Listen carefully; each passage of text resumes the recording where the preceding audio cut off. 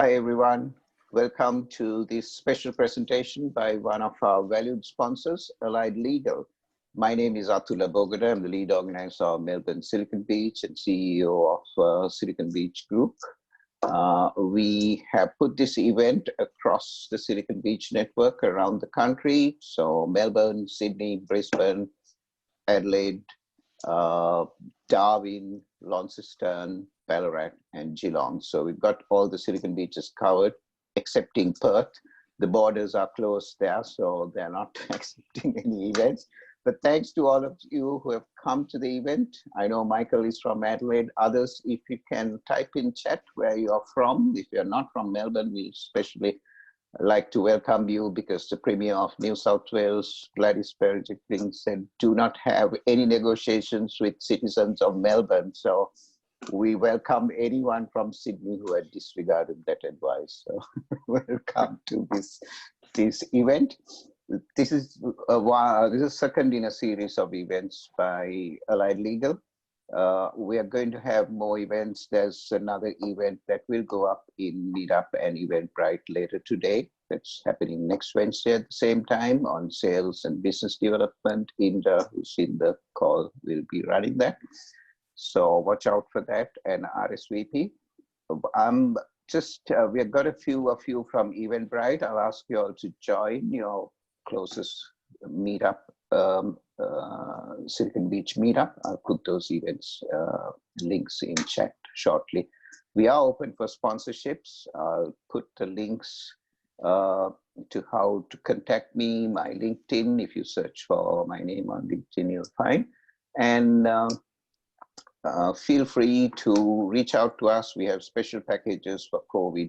If you're a small business serving startups and finding it hard to survive and grow, we are here to help you. And Inda will help you about business development in how to grow during COVID. I think that's an event title we should have. Okay, with that, I'm going to ask Tol to share his screen and take it away. Thanks, Tol. Thanks, Atula, and thanks everybody for attending today. It's always great to see the turnout at these Silicon Beach events. Would like to thank Atula and the folks at Silicon Beach for hosting us today. You guys are such an asset to the Australian startup community, and we're really happy to be your sponsors. So at Allied Legal, we're a firm that is really focused on the startup industry. We're really passionate about innovation and disruptive businesses, and we just love working in a space that is full of, creative, innovative people, such as I'm sure everybody who's attending today. We are more than just a law firm. We also offer business development expertise to help startups scale and grow. This is an area that we really care about, as it's critical for startups to be able to market your product or service in a way that can generate growth for your company and generate revenue for your company. To our knowledge, we're the only company in Australia that offers this sort of dual service. And in doing so, we're able to partner with startups from day one and work with you guys as you grow your business from both a legal and business development perspective. So Rahul, if you can give us a wave, Rahul, he is one of our directors and he is an expert in commercial law. He has over 20 years of experience behind him in this field, and I can personally tell you he's an absolute gun when it comes to lawyering for startups. Our other director, Inder, if Inder could give us a wave and a smile. Thanks, Inder. How's it going? He is our business development expert with 30 years of experience in sales, BD, and business growth. For the last 10 years, he's been in the startup realm, and he has a lifetime of valuable insight and techniques into helping companies scale, whether through obtaining or retaining clients or turning a company into a more marketable entity. Inder and Rahul met in the startup scene down here in Melbourne, and they came together to realize this dream and passion of theirs to offer a company that was more than just a law firm and more than a business development consultancy. We like to do both at once. My name is Telt. Hello. I'm a lawyer. I've got a background in marketing, and I work across the legal and BD side with Rahul and Inder. I've put our LinkedIns and emails in the chat box, so if you want to reach out to us after the webinar, please go ahead. We offer complimentary 30-minute consultations for new clients, and we're here to help you and your startup along your journey. So onto the presentation. A big part of our job as lawyers for startups is to assist with capital raises. We often act for both sides on this type of transaction, though not at the same time, to help facilitate good and fair investments from which both the investor and the investee will mutually benefit. Today, we're going to be talking about this process, and we're going to be covering off the types of things you should be paying attention to when it comes to raising money for your startup. Rahul will be chiming in along the way to add valuable insights here and there as we move along. So there are numerous types of investments available to startups, and these include things like debt raises or raising funds from already existing shareholders. But the focus of our discussion today will be on raising an equity capital from a new strategic investor or investors. This is where a new investor comes in to buy shares of your companies so your company can raise funds. We're going to start with some considerations that you should be turning your mind to from the beginning of this process. So please, as I go along, feel free to leave questions in the chat box. At the end of this, we will be having a Q&A to answer any questions that you might have. So if you think of one, jot it down. So the first thing that you're going to want to turn your mind to when considering an investor is thinking about what value that prospective investor is going to add to your startup. Now, obviously, as an investor, they're going to bring money with them, and that's valuable, but we should be thinking a lot further than that. For example, are they the right partner for your startup? Do they bring any sort of expertise or perhaps a connections and a network that will be profitable for your company? A good investor is more than just a money bag. And in our experience, the best startups, or the ones that succeed in the early stage anyway, are startups that have found investors that have come on board who have some level of industry expertise that will help that startup on their journey. So we can look at a couple of examples of startups that we've recently been engaged by. One of them operates in the aged care space. They were able to bring an investor on board who was an established and much bigger player in that realm than they were at this point. With that person's reputation, the investor was able to open up overseas markets to them through its own personal connections, which were otherwise inaccessible by our clients, which proved to be, as I'm sure you can all imagine, quite lucrative for our client in the long term. Another example is a client of ours who is a startup that operates in the oil and gas industry. And their strategic investment came from a Singaporean family office with a very high net worth, who were, again, very well connected within the oil and gas sector. So having an investor with these sorts of connections can enable your startup to be introduced to players that might have otherwise been off the table. Not only can they give you an introduction, that introduction is coming from somebody who is established and respected within that industry. Now, we do understand that in the early stages of startup world, you often just need money, and picking an ideal investor isn't always a luxury that's available. So we are, of course, talking about best case scenarios here. And furthermore, in early stages, many startups will be self-funded or funded through family and friends. But what we're talking about here is finding a strategic investor when you are ready to go to market, or when personal funding or family and friend funding will no longer carry the load.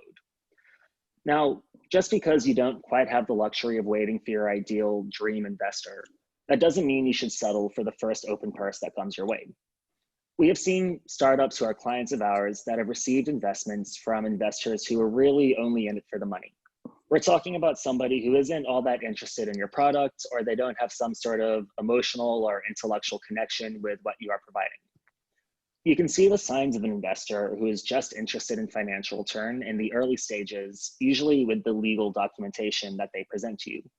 For example, if they are strongly looking for things like guaranteed returns, this can be an indicator that they're more interested in making money than they are with the longevity of your company.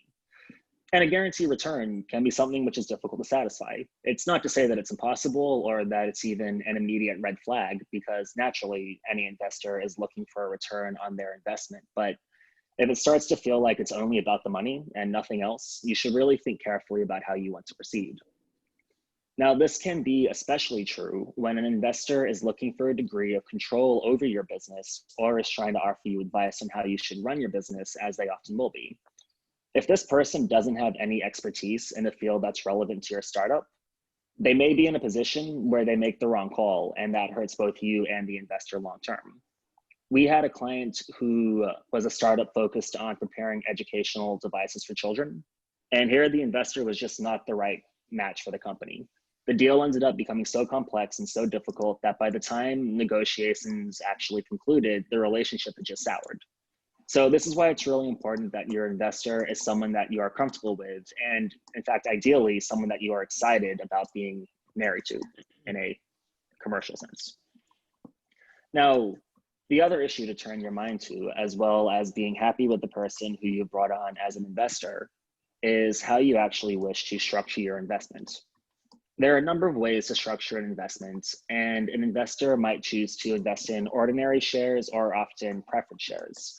If they want preference shares, these are shares which would rank ahead of other shares in the company in relation to things like the distribution of assets on liquidation, even the distribution of dividends, or the distribution of proceeds on an eventual trade sale.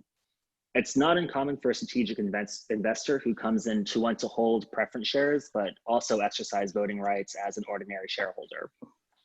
Other than shares, there are also things like convertible debt, safe notes, and stock warrants. These are options which allow an investor to put money into your company now and then convert that investment into equity as shares at a later date. Or alternatively, those notes can be exchanged for a cash investment, often with interest depending on the type of notes. An experienced or professional investor is more than likely going to have their own preference for an investment structure.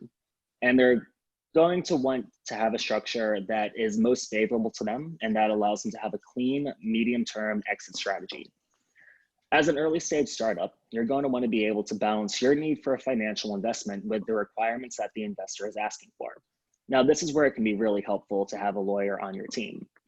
Having a lawyer help in this part of the process can yield two advantages. Firstly, a lawyer will be able to more accurately predict or explain the ramifications of an investor's preferred investment structure. Not only that, good lawyers are also good negotiators. So if the potential investor is trying to leverage their position to wrangle a deal that gives them too much control, a lawyer can help bring some balance back to the table. Remember, you don't want to accept an investment that is unfair or unfavorable to your company and your existing shareholders. But at the same time, you have to balance that with not wanting to ruin the potential investment. So, for example, we had a client who had an investor come on board. That investor presented a subscription agreement which had provided that the investor would get a guaranteed return after 5 years at a balloon, effectively applying an interest to their return.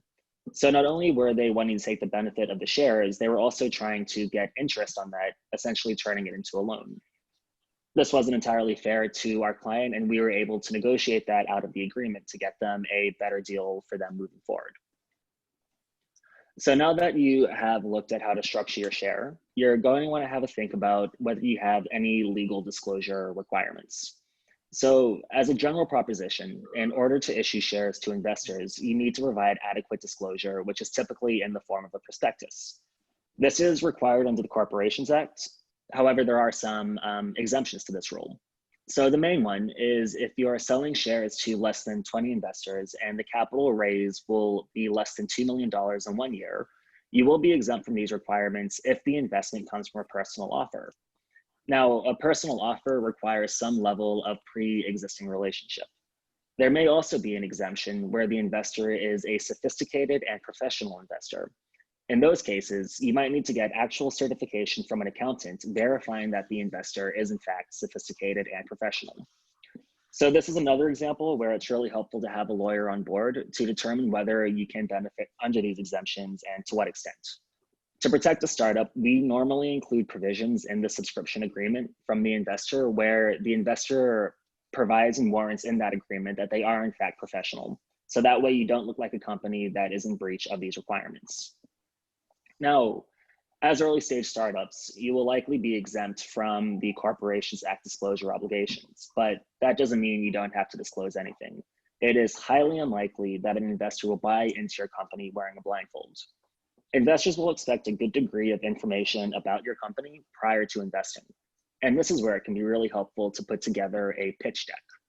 A pitch deck is what it sounds like. It's your pitch, it's your sale. It's your chance to entice an investor into putting their money into your company. And an investor is going to expect to see, at a minimum, things such as a breakdown of your product or service. They're going to want to have a clear understanding of what you're actually offering as a company. They're going to want to know what solution that product or service is bringing to the market. You know, is this something which the market needs and which will generate profit off that market? What gap is your product or service filling or satisfying? As part of that, they're going to want to see some market analysis around that product. Why are people going to pay for what you're offering? And not only why, but who is going to be paying for what you're offering? What's your target market? Is it big? Is it small? Is it a growth market or a niche market? These are all things that an investor is going to want to know before they part with any of their money. As part of that, they're also going to expect you to be paying attention to your competition and some justification as to why you are better than them. Why should they invest in you instead of this other guy offering a similar service? Now, a really important part of your pitch deck is going to be a breakdown of your team. Who is your management? Who are your founders? And why should the investor trust them? More than the idea and more than the product, it often comes down to who's actually on board with this project. If you're passionate, if you're experienced, if you have some sort of reputation or qualifications that will make you more viable as an investment, you're going to be more likely to get that. Poor teams hardly ever work. We have often seen really impressive teams that don't have the most groundbreaking idea manage to get investment. On the flip side, I'm sure everybody here has a fantastic idea, but if your team isn't strong, then you're not going to raise any funds. Often these strategic investors are backing you more than your actual concept. Now, as well as your team, they're also going to want to know about the financial status of your company. And this is completely reasonable. They're not going to be putting their money into something which isn't a safe investment. So where are you financially? Are you in the revenue generating stage? And if so, what sort of profit margins are you seeing? If not, how far off are you? These sort of disclosures will include basic financial statements, balance sheets, and these will help the startup and the investor work out the value of your startup. If your financials show that you have no cash and you are heavy in debt, that's obviously not going to be a great thing for your startup, and they're going to need to know this. So if I can just interject there, Talt, obviously in startup mode, that is likely to be the case. And as far as valuation goes, we're not always going to be relying on balance sheets and P&Ls, of course, because you're talking about potential as well. And so as far as value is concerned, the advice there is, as far as your pitch deck goes, have a rationale for valuing your startup. You'll normally be applying some level of multiple, and you need to provide a basis for it, because it's likely to be outside what the financial status of your startup is per the balance sheet and P&L, because that's going to be fairly light on. The other point I just thought I'd clarify, Talt did mention that as early stage or companies in startup mode, the disclosure requirements are generally not going to apply. Just to clarify, that's not because you're in startup mode, but that's because an exemption is likely to apply. The ones that Talt mentioned, whether it be the 2012 exemption or the sophisticated investor exemption, those are the reasons the disclosure requirements would not apply. Keep going, Talt. All right, thanks, Rahul. And then the final aspect that you're going to want as part of your pitch deck is a rundown of what you're actually going to be doing with the invested money. Why do you need that investment? An investor is going to want to know where you're going to spend their money and why this will lead to a return on their investments. And this is where it comes down to, again, the difference between having a good investor and a bad investor. The more conditionality that comes with that money, the more or not necessarily, sorry, if that money is coming with conditionality, that's fine, but you are going to want to have some flexibility as well. Now, as Rahul just mentioned, if the disclosure exemption does apply, which it very possibly will if you're a startup, even though that means that there are no strict obligations under the Corporations Act to provide certain disclosure, you are under an obligation to not mislead or deceive an investor. Honesty and transparency, it's not only a good commercial thing to do, it is required under law. So there's no way that you can be trying to mislead your investors with these pitch decks. Now, beyond the pitch deck, an investor is also going to want to conduct their own due diligence into your company. Again, that's very expected and not necessarily or at all a bad thing. Before that happens, you're going to want to make sure that you take off some things. So one of the first things that you'll want to do is prepare an NDA to have the investor to sign. That's a non-disclosure agreement. You are likely going to be providing valuable information about your company and an insight into your books and that sort of thing.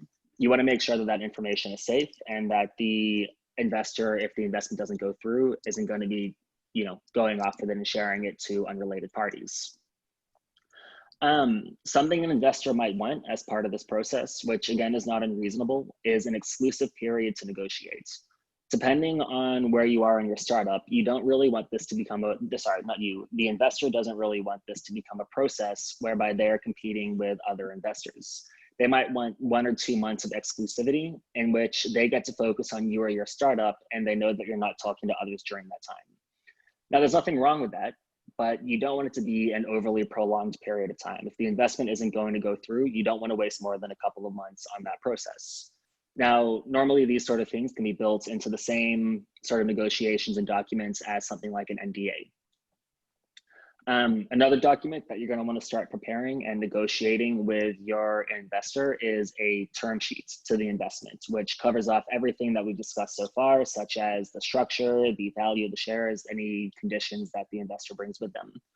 The term sheet is normally a non-binding agreement, and it will state that any sort of binding arrangement is conditional on the parties entering into a formal agreement and the investor completing the due diligence to its satisfaction.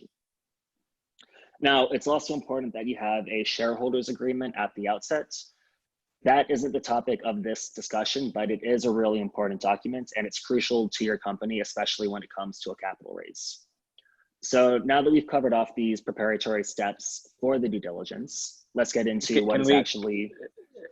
Tal, just on the shareholders agreement. So the reason it's strategically important to have it in place at an earlier stage prior to seeking investment is just so you are presenting to potential investors an existing framework for how the company is to be run and governed, as opposed to be dictated to by an investor with a clean slate as to accepting the shareholders agreement they present.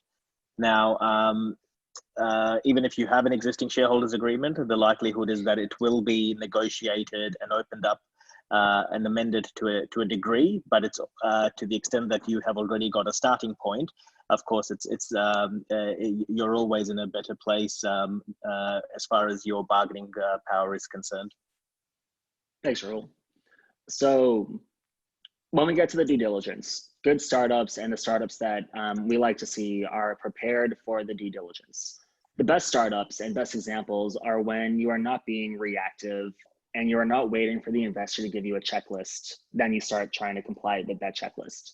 Having a file or a folder, maybe on a cloud-based system, where all of your information is stored about your company and presented in a way that is clear, concise, and easy to navigate, looks much better to an investor than trying to scrape together information as it's being requested as if you're the subject of some sort of surprise audit.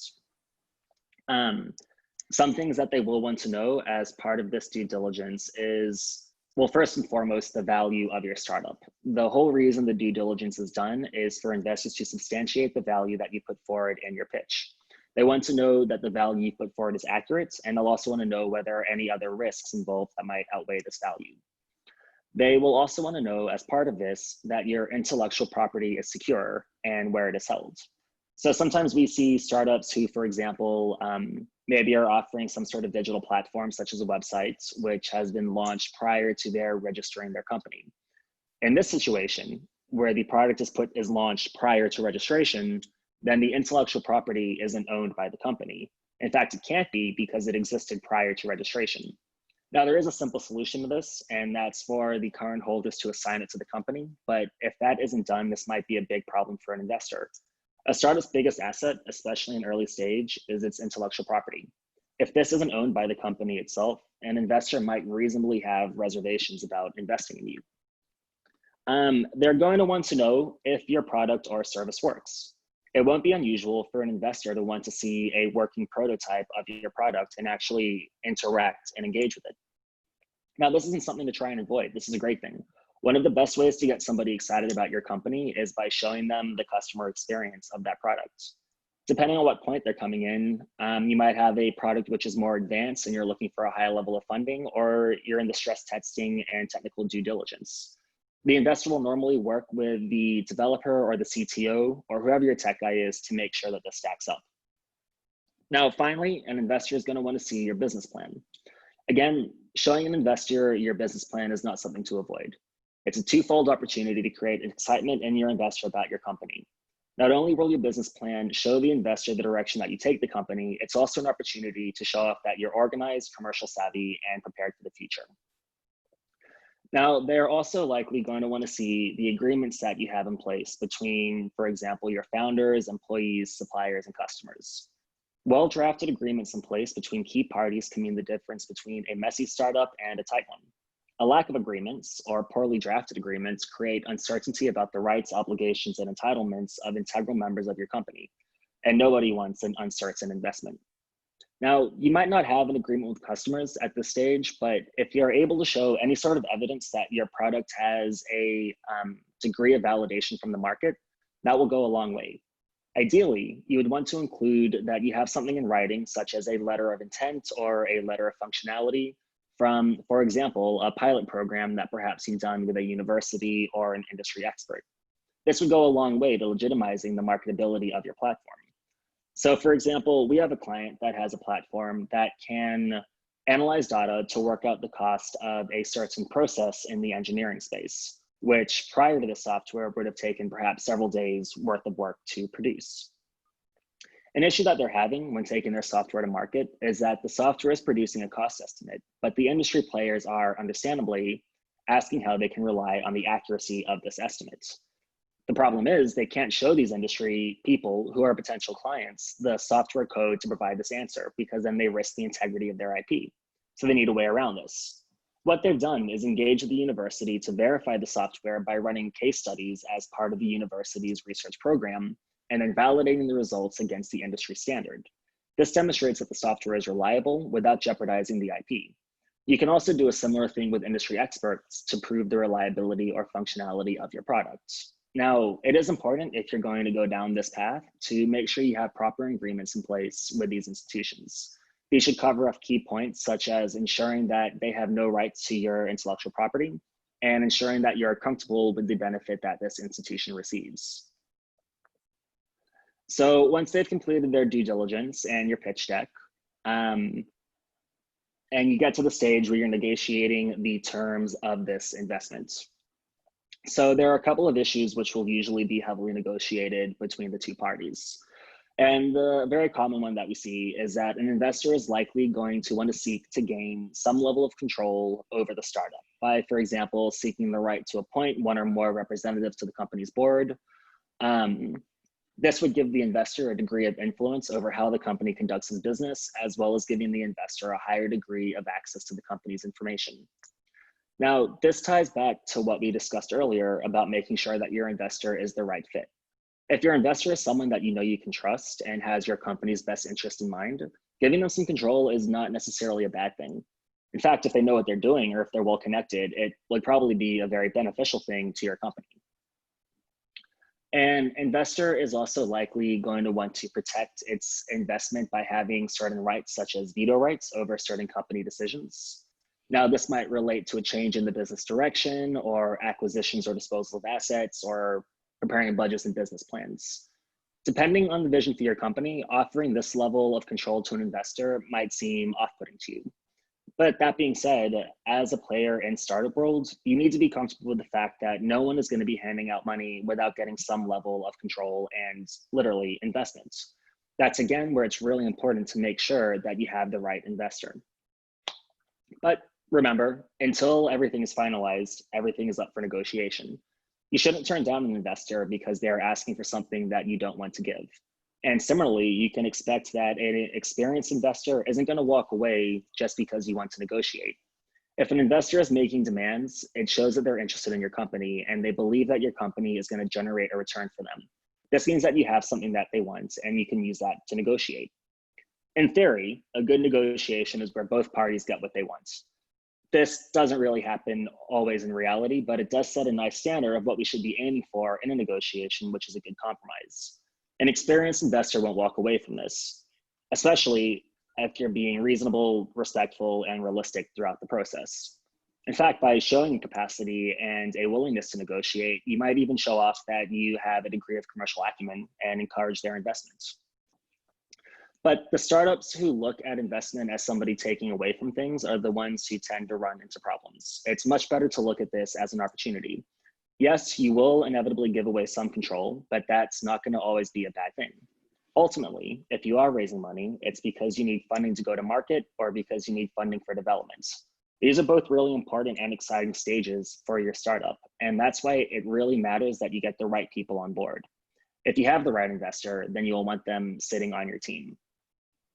Now, the key agreement, which depending how the investment is structured, is likely to be a subscription agreement.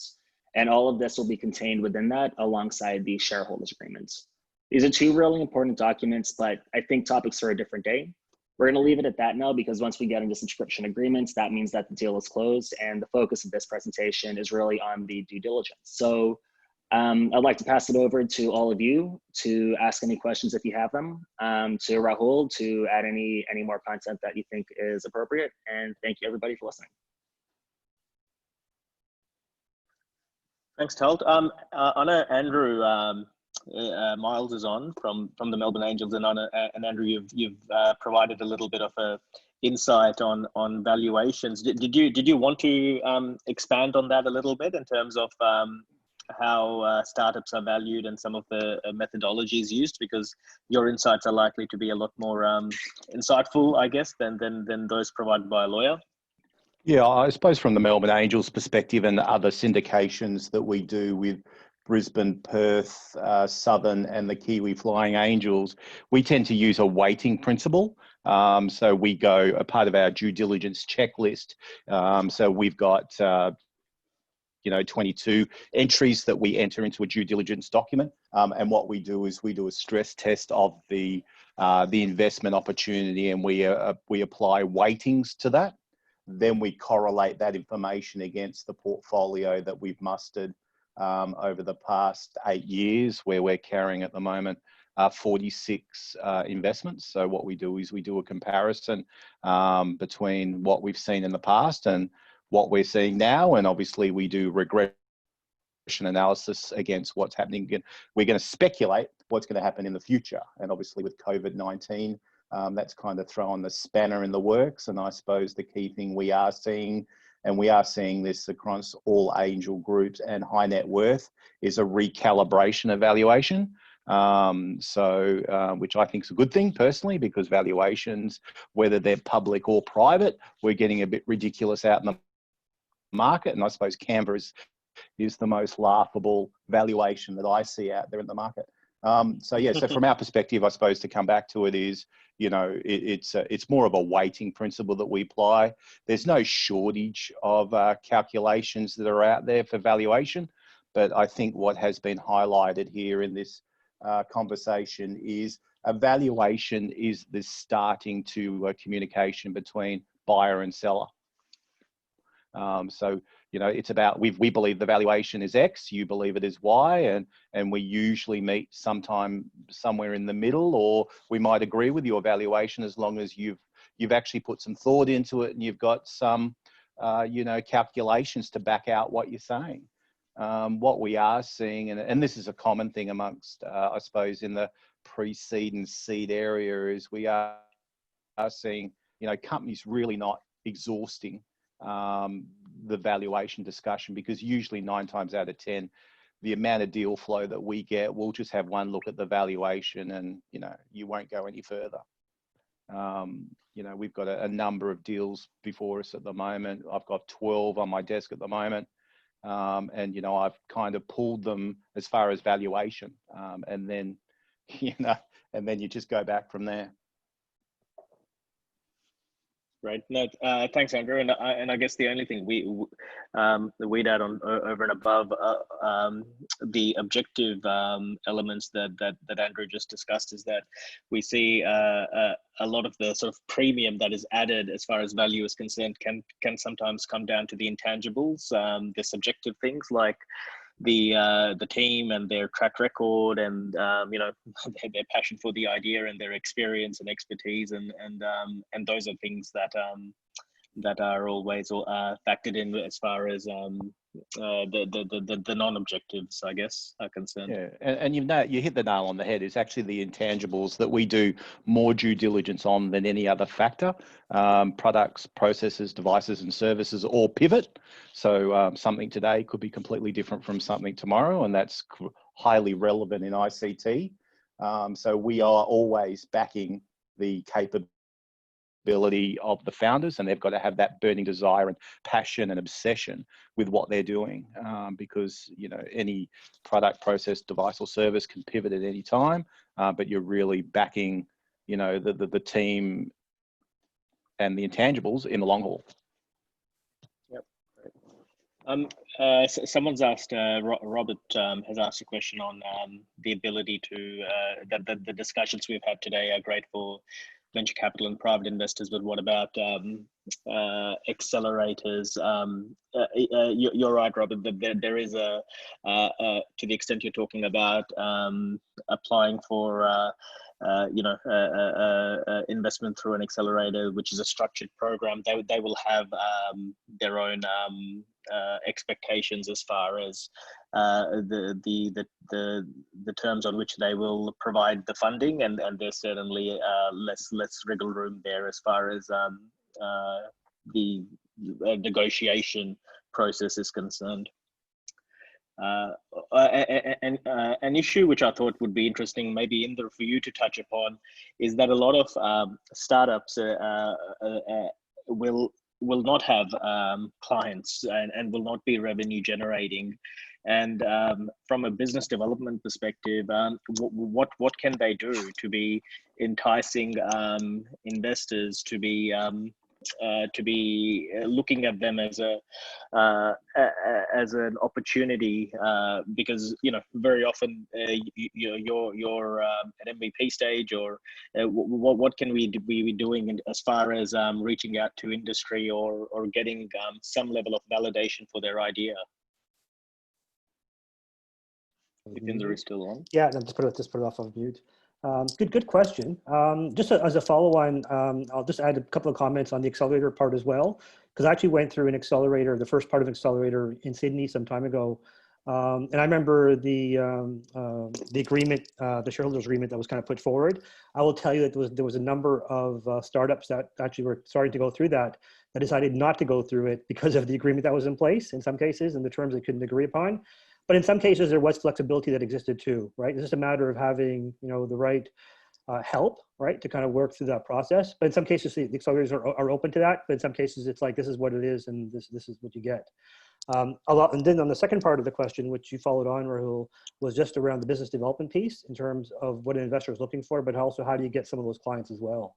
And I'll also chime into the accelerator part as well. I think the accelerator at that time was a great opportunity to actually start doing validation, because the validation process you're going through in terms of validating your problems, but also validating your solutions becomes pretty important in terms of your first outreach into the market on the idea that you've got. And in fact, it's some of those early, reach outs that you've done to the market for the validation that in some cases actually turn into some of your possible prospects and clients. So that process you're going through, especially for an early stage, is actually taking the time to actually start getting some feedback from the market on what you're working through, because those people could actually turn into your clients.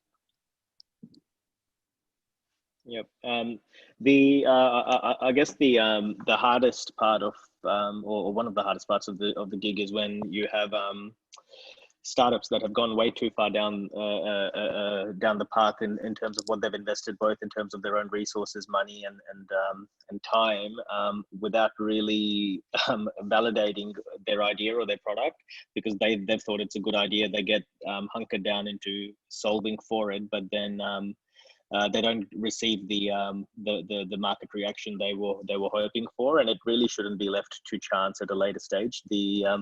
In terms of seeking investment, I mean, let's be fair. If someone's parting ways with their money, they don't want to be doing it on the basis of a whim, and they want to make sure that you've got a product that will be saleable, right, or a service for that matter. So yeah, just something to keep in mind. Yeah, Rahul and I both kind of came across some startups that we were talking to prior. And so the challenges they had was, look, they were at it for almost like a year and a half, right? We thought they had a really good product, good offering, but they struggled with the sales aspect of it and not getting some of the, the early clients for case studies on board. And in some cases, that just meant they couldn't get investors, but we also know they weren't able to get into accelerators either, right? So for that reason. Yep. Were there any other questions that people have? Yeah, there was a question from Mary. I think she accidentally put it to me privately. Eustace asking me questions because I don't have any answers. She asked, what is the most used valuation calculation method? Something like that. Yeah, Mary, that was kind of the discussion that we right, okay. we had at the outset. I mean, look, in terms of in addition to what Andrew had to say, it's usually a multiple of earnings type base calculation that a startup will use to justify its value. And again, that is a lot of that will be based on size of the opportunity and then projected earnings that they think they will be able to achieve, and so it can end up being you want to be able to back it up as best you can with objective evidence as opposed to making it too subjective, right? Yeah. Okay. Yeah. Thanks. Can I just throw something in here? Absolutely agree. One common thing that we have seen over the last number of months is these ridiculous projections that startups are making. So an example, a software as a solution company targeting retail, currently at the moment, their turnover is, let's say it's 175K year one. Year two projections, we see them with this ridiculous escalation from 175K up to 3, 4, 5 million. Then year three, we see another ridiculous calculation where they assume that they're going to get up to tens and $20 million. I mean, be very careful about the financial projections that you're putting up to, whether it's an angel group or whether it's a high net worth or whether it's a VC. And just the thing to remember about a VC is when you tap a VC, it's all about timing, because a VC is just a fund manager. They manage other people's money and they charge a management fee that varies between, on average, between 15 to 20%.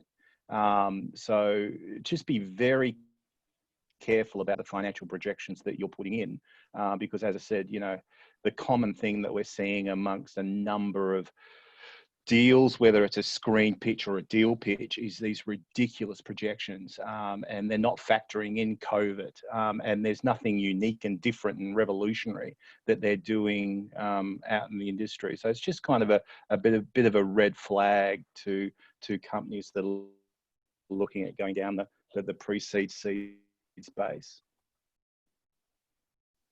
Yep. Andrew, sorry, not Andrew. Someone, Robert said something. Is that a question, Robert? You can feel free to unmute yourself and ask the question. Thanks. No, I was just sharing on Miles's point that I find it helpful when the projection is based on actual showcase, saying this and that startup did it that way, and take it as best case, right? Not necessarily as not build on top of it.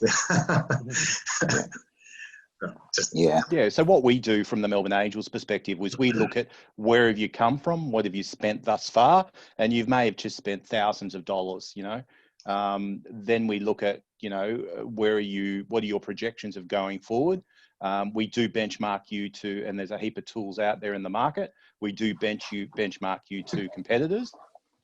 And there's no shortage through Crunchbase or Angel.io and those kind of platforms that will give you kind of indications. And then we do regression analysis. Love Python Pandas. So if anybody applies in the Pandas area, fantastic stuff.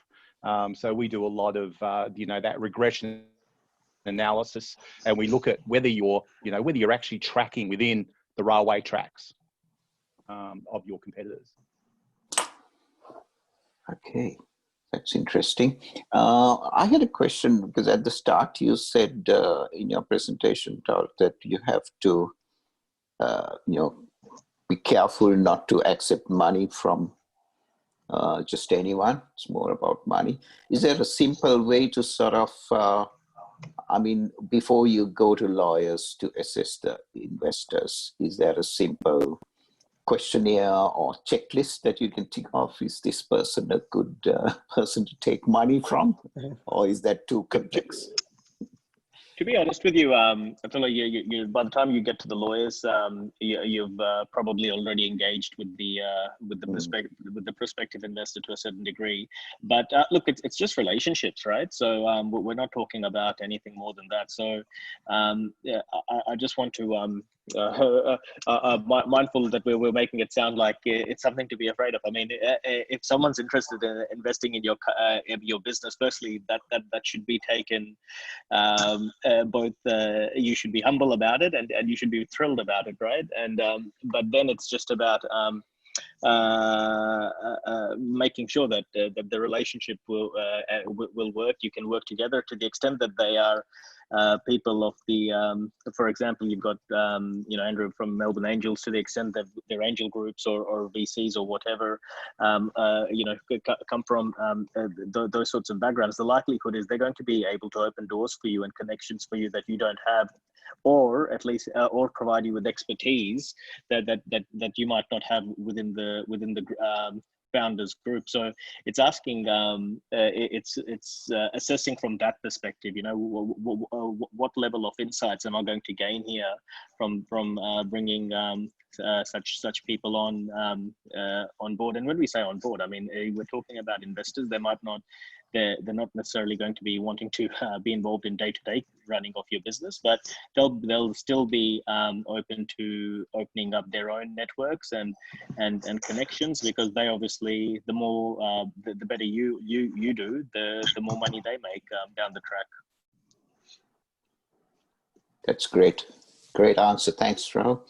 Any other questions? You can always ask questions.